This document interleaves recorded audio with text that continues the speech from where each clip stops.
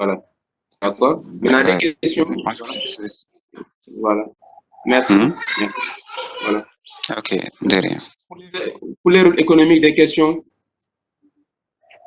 Pour les rôles économiques, des questions?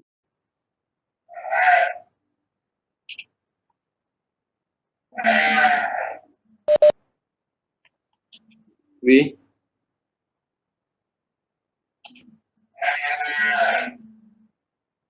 La forme de la valeur ajoutée. Voilà. D'accord. Donc, je vais l'écrire. De toute façon, j'ai préparé, oui, oui, attendez, j'ai préparé une synthèse sur la valeur ajoutée sur le profit. Hein. À la fin du cours, je vais vous envoyer ça, Salif et les responsables de cours. Maintenant, ça vous permet de pouvoir faire la fiche TDK que j'ai envoyée. Hein. Bon, je pense que c'est une fiche très, très explicite qui permet de comprendre exactement qu'est-ce que c'est que la valeur ajoutée, comment on la calcule. Bon, ça permet également de répondre aux exercices que j'ai envoyés en fait la fois passée, le TD1. D'accord? Voilà, d'accord, merci, Salif. Voilà. Qui parlait tout à l'heure? Oui, Oui, c'est moi. oui. Alors, c'est qui? J'ai dit présent de pour connaissance, voilà. Monsieur, Allô? c'est Seynabou. Oui, c'est vous. Et sur C'est la valeur vous. ajoutée, Oui. puis j'avais dit que la valeur ajoutée ne prend pas en charge des salaires, Ne profits, prend pas en politique compte. financière, en compte des salaires. La valeur ajoutée ne prend pas. Politique financière, La politique financière. oui, acquisition de biens. Bon, je me répète, je vais te répéter. Je vais répéter pour toi. Donc, la valeur ajoutée, dans son calcul, ne prend pas en compte la politique salariale de l'entreprise. Si l'entreprise paye des salaires et les cotisations sociales, dans le calcul de la valeur ajoutée, vous ne prenez pas en compte ces rubriques. Donc, si aujourd'hui je paye un salaire, ce salaire-là n'est pas intégré dans le calcul de la valeur ajoutée. Donc, le calcul de la valeur ajoutée exclut ce que nous appelons la politique salariale, c'est les salaires et les cotisations sociales. Donc, c'est le premier poste. Le deuxième poste, c'est la politique d'investissement. Quand l'entreprise achète un véhicule, quand l'entreprise achète des meubles, des matériels de bureau, quand l'entreprise achète des immeubles, achète des matériels, des ordinateurs, c'est ça qu'on appelle la politique d'investissement. Dans ce cas, ces valeurs-là ne sont pas intégrées dans le calcul de la consommation, dans le calcul de la valeur ajoutée. Donc, si l'entreprise achète, IMC achète un véhicule, IMC achète des tableaux, IMC achète un immeuble, on dira que IMC investit. Et dans ce cas, ces montants ne sont pas intégrés dans le calcul de la valeur ajoutée, mais au coût total. Troisième poste, IMC a besoin d'argent. IMC peut aller voir son banquier, la CBAO. La CBAO nous prête de l'argent. Mais ce prêt et les remboursements de prêt ne sont pas intégrés dans le calcul de la valeur ajoutée. Donc, si aujourd'hui, une entreprise dépense, il faut savoir exactement si c'est une dépense d'investissement, si c'est une dépense salariale, si c'est une dépense financière, c'est-à-dire que si l'entreprise va demander à sa banque de lui prêter de l'argent. Il n'y a que ces trois postes qui sont exclus dans le calcul de la valeur ajoutée. Donc, si l'entreprise paye, achète une marchandise, c'est intégré dans les consommations intermédiaires. Si l'entreprise paye le loyer, c'est intégré dans les consommations intermédiaires.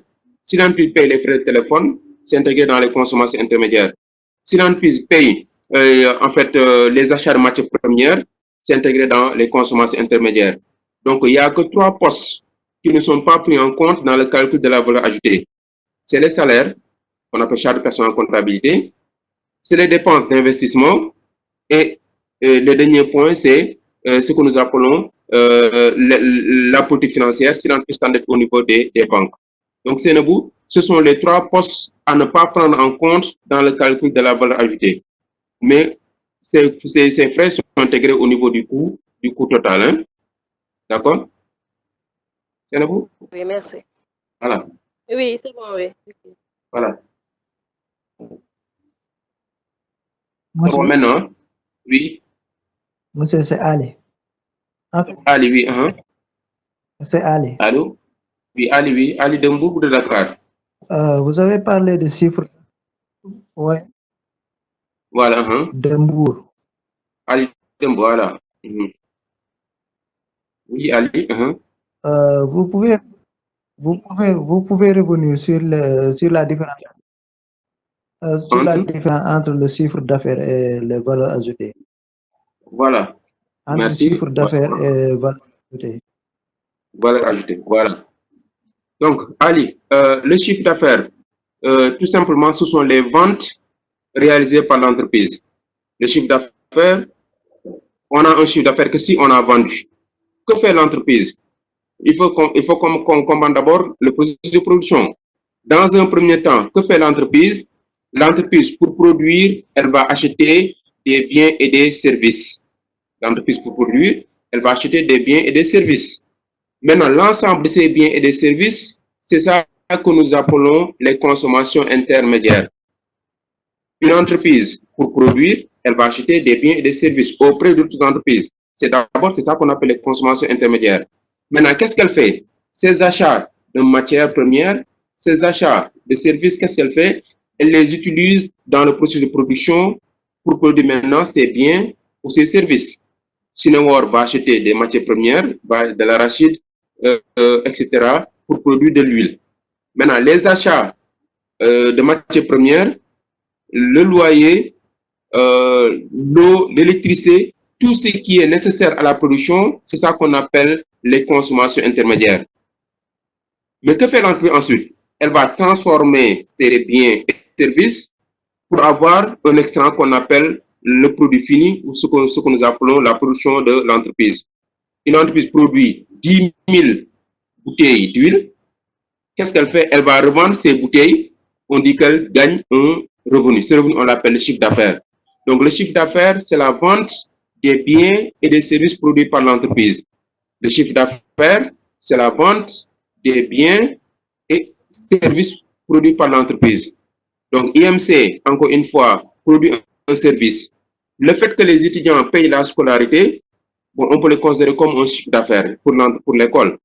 Bon, d'accord. Donc, le chiffre d'affaires représente le montant des ventes réalisées par l'entreprise. Une entreprise vend, elle gagne un chiffre d'affaires. Maintenant, quand on calcule maintenant la valeur ajoutée, c'est ce chiffre d'affaires qu'on appelle les ventes, auquel il faut enlever maintenant tout ce qui a été dépensé et qui est transformé dans le processus de production. Donc, le chiffre d'affaires, c'est les ventes réalisées par l'entreprise, alors que la valeur ajoutée, c'est ce même chiffre d'affaires diminué des achats nécessaires à la production. Vous êtes en ligne, comment on appelle ça? C'est Job, n'est-ce pas? Hein? Ali, je vous reviens, Ali. Oui, oui, je vous très bien. Allez, maintenant, voilà, je donne l'exemple de la vente de beignets. Elle a produit 10 000 beignets, elle vend les 10 000 beignets. Les 10 000 beignets, ça lui rapporte de l'argent. C'est ça qu'on appelle maintenant le chiffre d'affaires. D'accord? Ouais. Maintenant, pour produire ces 10 000 beignets, qu'est-ce qu'elle a fait? Elle est partie acheter au marché de la farine, du sucre, des vanilles, etc. C'est ça qu'on appelle les consommations intermédiaires, c'est-à-dire des consommations qui sont nécessaires à la production. Maintenant, pour calculer la valeur ajoutée, la dame dira que j'ai vendu 10 000 beignets. 10 000 beignets m'ont rapporté 100 000 francs. Sur les 100 000 francs, j'avais dépensé 50 000 francs pour acheter les matières premières nécessaires. Donc, il restera combien? 50 000. Donc, 50 000 francs qui représentent la valeur ajoutée. Donc, la valeur ajoutée n'est rien d'autre que la différence entre ce qu'on a vendu et ce qu'on a dépensé pour produire le bien ou le service. Ouais, d'accord. Voilà. Ali? Ok, ouais, ouais. Yeah. Ouais, Des ouais, questions encore? ouais. Ouais. Voilà. Ok, merci beaucoup. Merci à toi. Des questions? Maintenant, on passe maintenant aux rôles sociaux. Quand on parle de rôles sociaux, c'est l'entreprise et son personnel. Bon, je pense qu'il y a des étudiants en ressources humaines. Je pense qu'aujourd'hui, la ressource humaine, ce qu'on appelle la gestion des ressources humaines, représente aujourd'hui un pilier très, très important dans l'entreprise, dans la mesure où si les salariés de l'entreprise ne sont pas motivés, je pense que l'entreprise ne va pas sur une bonne production. L'entreprise ne va pas se développer, bon, on risque même de tomber en faillite et de ne pas être pérenne. Raison pour laquelle aujourd'hui, quand on parle de rôle économique, il faut également sous-entendre quelque part, il y a un rôle social très, très important aujourd'hui. On a dit qu'une entreprise doit créer de l'emploi. Mais quel type d'emploi? On ne peut pas créer un emploi pour Diara et 2 jours après, Diara a été licencié. On n'est pas d'accord sur le principe aujourd'hui. Ce qu'on veut, c'est que l'entreprise crée des emplois décents, des emplois durables, des emplois bien rémunérés. Ça signifie que quelqu'un qui travaille, il n'a que son salaire. Mais si on paye à cette personne un salaire de misère, si la personne n'est pas dans de bonnes conditions de travail, cette personne ne sera pas productive, cette personne ne sera pas vraiment motivée dans l'entreprise. Donc, on dira que l'entreprise a un rôle. Voilà. Bon, l'entreprise a un rôle. L'entreprise a un rôle social dans la mesure où elle doit créer des emplois, mais des emplois décents, des emplois pérennes, des emplois sûrs, des emplois bien rémunérés. Une entreprise également doit favoriser ce que nous appelons le développement social de l'individu. Un individu qui travaille quelque part doit être épanoui. Un individu qui travaille quelque part doit avoir un cadre propice à l'emploi. Raison pour laquelle aujourd'hui beaucoup d'entreprises insistent sur la cohésion de groupe, sur la sociabilité dans l'entreprise. De ce fait, si quelqu'un travaille quelque part et cette personne n'est pas vraiment épanouie, cette personne risque de créer un climat malsain dans l'entreprise et ce climat vraiment n'est pas propice au travail. Raison pour laquelle aujourd'hui beaucoup d'entreprises organisent des séminaires, l'entreprise organise des sorties, etc. L'entreprise organise des VSD pour que le personnel puisse s'unir, pour que le personnel puisse être un. Bon, maintenant, raison pour laquelle aujourd'hui, beaucoup d'entreprises recrutent le profil d'étudiants qui est vraiment capable de s'adapter rapidement. Parce qu'on peut pas recruter un étudiant qui, du jour au lendemain, peut créer des problèmes de tension dans le groupe. Raison pour laquelle aujourd'hui, il faut avoir les bagages intellectuels, mais c'est être une personne vraiment qui a des qualités humaines sûres. Parce qu'aujourd'hui, la sociabilité occupe un rôle très, très important dans l'entreprise. Et c'est une bonne politique aujourd'hui dans les entreprises de motiver les salariés. Mais la motivation peut être financière, payer un très bon salaire. La motivation peut être également le respect d'autrui. Quand vous êtes travaillé quelque part, on respecte votre travail, votre patron respecte votre travail. Je pense quelque part la personne peut s'épanouir dans son environnement. L'entreprise également a l'obligation de former son personnel. Parce qu'on ne peut pas être employé quelque part alors qu'on n'a pas vraiment reçu une valeur ajoutée de l'entreprise. Certes, vous avez l'obligation de fournir un effort intellectuel, mais l'entreprise également doit être en mesure de vous former. Bon, d'accord. Raison pour laquelle aujourd'hui, il y a ce que nous appelons un budget d'investissement humain que les entreprises prévoient. Si vous allez à la Sonatel, c'est beaucoup de gens aujourd'hui qui bénéficient des formations de la Sonatel. Ça peut être une formation en interne, ça peut être également une formation dans des entités externes, comme les écoles de formation. Raison pour laquelle dans les programmes en cours du soir, vous allez voir beaucoup d'étudiants professionnels dans la mesure où ce sont des entreprises qui les envoient se former dans les établissements. Donc, l'entreprise également a pour rôle social, l'entreprise a pour rôle social également de promouvoir son salarié, la promotion de l'individu au travail. Bon, une personne qui travaille quelque part, qui a commencé par être caissier, exemple dans une banque, cette personne ne veut pas rester toute sa vie comme caissier. En un moment, je pense que l'entreprise doit la promouvoir. J'étais caissier cette année, mais dans 5 ans, j'aimerais être au moins guichetier. Dans 10 ans, j'aimerais être au moins chargé de clientèle. Ou bien j'étais quelque part assistant en marketing, et quelque part je peux être responsable en marketing, etc. Bon, ça c'est l'importance aujourd'hui de la promotion de l'individu au travail. Mais malheureusement ici au Sénégal, le droit du travail n'est pas souvent respecté. Les gens travaillent sans contrat. Les gens travaillent généralement à des heures qui ne sont pas fixées par le contrat de travail.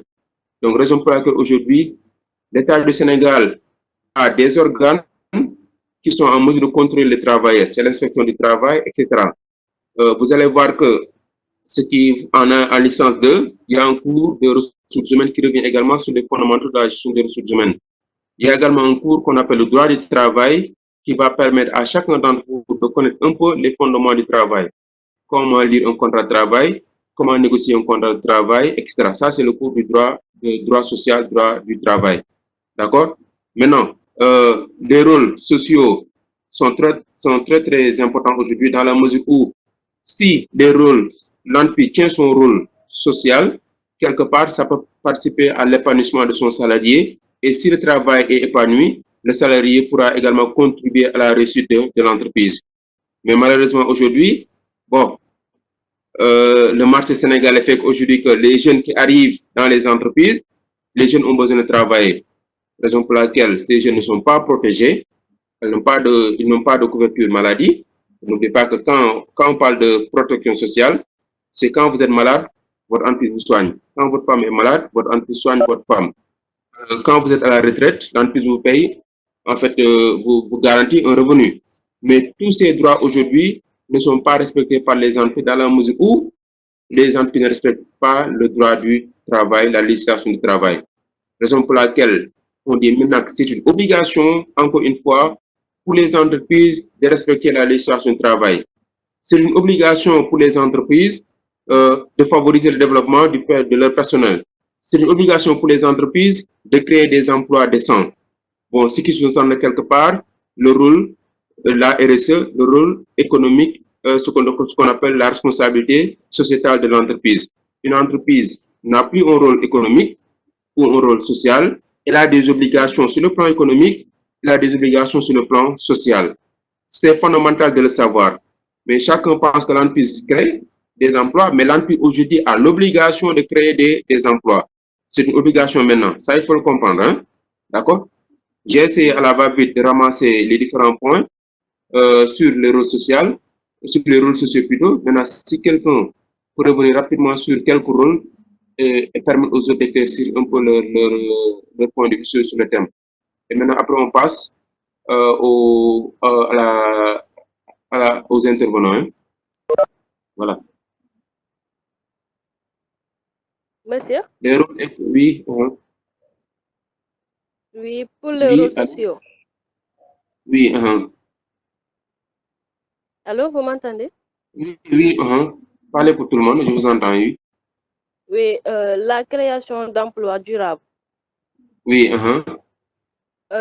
La création d'emplois durables pérennes sur des emplois rémunérés. Des bien rémunérés. On parle en fait, je reviens sur l'obligation des entreprises de créer des emplois. Parce que si aujourd'hui on oblige IMC à créer des emplois, IMC peut créer un emploi et dit à l'État du Sénégal, j'ai fait mon engagement, mais IMC peut recruter Mamadou Diouf et lui payer un salaire misérable. N'est-ce pas? Oui. IMC peut recruter M. Diouf et le mettre dans des conditions de travail très difficiles. IMC peut recruter M. Diouf et le mettre quelque part dans des conditions, en fait, avec un salaire un salaire vraiment pas décent. Raison pour laquelle on dit que l'entreprise doit créer des emplois, mais les emplois qu'elle doit créer doivent être des emplois sûrs. Tu m'entends? C'est des emplois pérennes. Un emploi pérenne, ça signifie un emploi qui peut durer pratiquement jusqu'à la retraite. Mais aujourd'hui, les entreprises ont compris qu'il est obligatoire de créer des emplois, mais la plupart d'entre elles créent des emplois que dans le court terme. Diouf va bénéficier d'un contrat de 3 mois, 4 mois, et basta, on le libère. Vous voyez ici au Sénégal, une personne qui a une maîtrise, une personne qui a un doctorat, une personne qui a un gros diplôme, mais on lui paye 100 000 francs, 200 000 francs parce que quelque part, l'entreprise sous-emploie cette personne. Bon, raison pour laquelle aujourd'hui, on dit que l'entreprise doit non seulement créer des emplois, mais ça va être des emplois décents, des emplois sûrs, des emplois pérennes. Parce que c'est ça l'objectif de la formation. On apprend pour trouver un emploi. Mais si aujourd'hui, j'ai fini ma formation, j'ai un diplôme de licence en comptabilité, de licence en marketing et communication, mais l'entreprise m'a donné un emploi, mais l'emploi vraiment n'est pas sûr. L'emploi n'est pas vraiment pérenne. Bon, c'est ce que nous appelons aujourd'hui la sécurité de l'emploi.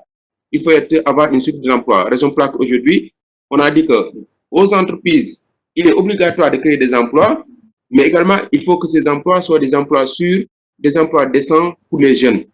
D'accord? Autre point? Et l'obligation de former son personnel.